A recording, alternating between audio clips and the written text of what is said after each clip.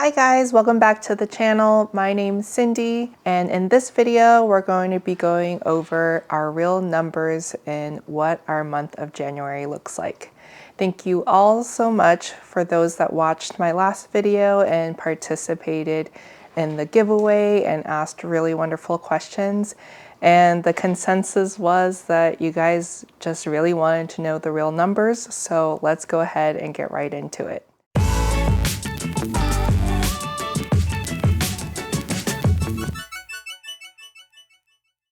So I wanted to split our numbers up, or our finances up, into two categories essentially. We have our Georgia expenses and our California expenses. So first, let's go over our California expenses. This is everything that's tied to our rental home that we have in California. It's the home that we used to live in before we moved here to Georgia, and we ended up renting it out to some really great tenants, and let's go over those numbers. So when it comes to our net income in California, we received $2,550 in rent, and from that money, we have $1,622.03 that's deducted for mortgage. We also have $451.43 that gets deducted from that net income for our monthly HOA fees. That monthly HOA fee will vary depending on the usage of our tenants when it comes to water usage as well as sewer. The next deduction is $35 for our monthly water softener there. I don't know if any of you have seen the water quality in California, but we have very hard water, so a water softener is very necessary, and without it, we experienced our brand new dishwasher breaking shortly after getting it. So having a water softener is really essential in a California home.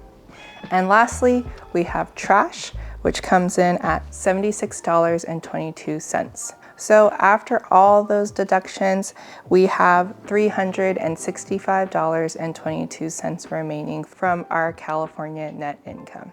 Moving on to our Georgia expenses, our net income for hubby and I, more so hubby, comes in at $5,620. Our expenses in Georgia breaks down into mortgage, coming in at $2,136.85. Next is our annual HOA fee that gets billed every January of the beginning of the year, which comes in at $620. This is a breath of fresh air compared to what we pay in HOA fees for our California home. It's much nicer that this $621 is only a one-time fee for the year, which is something we don't have to worry about for the future months for the rest of this year. Next is electricity, which is $139. And after that, we have our water usage coming in at $29.15. And next is natural gas, which comes in at $104.94. After that is pest control for the home, coming in at $96.59. We have lawn care for $38 a month. Internet at $83.02 a month. Our cell phone bill for this month is $263.46. And I have my student loans coming in at $155.15. We contribute $200 each month for emergency savings, and we pay $80.99 for subscriptions. And lastly, we have our hefty $909.68 for our car payment that we're doing.